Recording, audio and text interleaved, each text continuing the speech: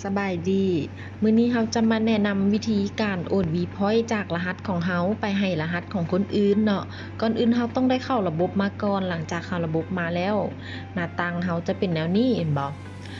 แล้วหลังจากนั้นเราเข้ามาบริการเข้าบริการแล้วเราเข้าในห้อง Point นี่เลยเจ้า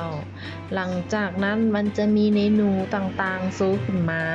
แล้วให้เรามาเข้าโอน Vpoint โอน Vpoint แล้วเราป้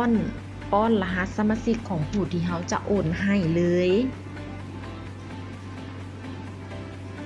แล้วเราต้องค้นหาก่อนว่าขึ้นชื่อผู้นั้นแท้บ่ตัวนี้จะขึ้นชื่อนางสมจิตธรรมะ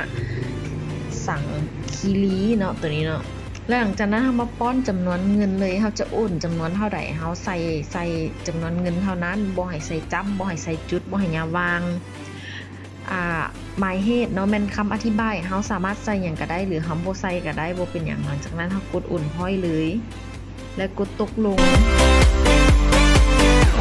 โอนสำเร็จการโอน Vpoint ให้รหัสอื่นก็สุดเพียงแต่เท่านี้เจ้า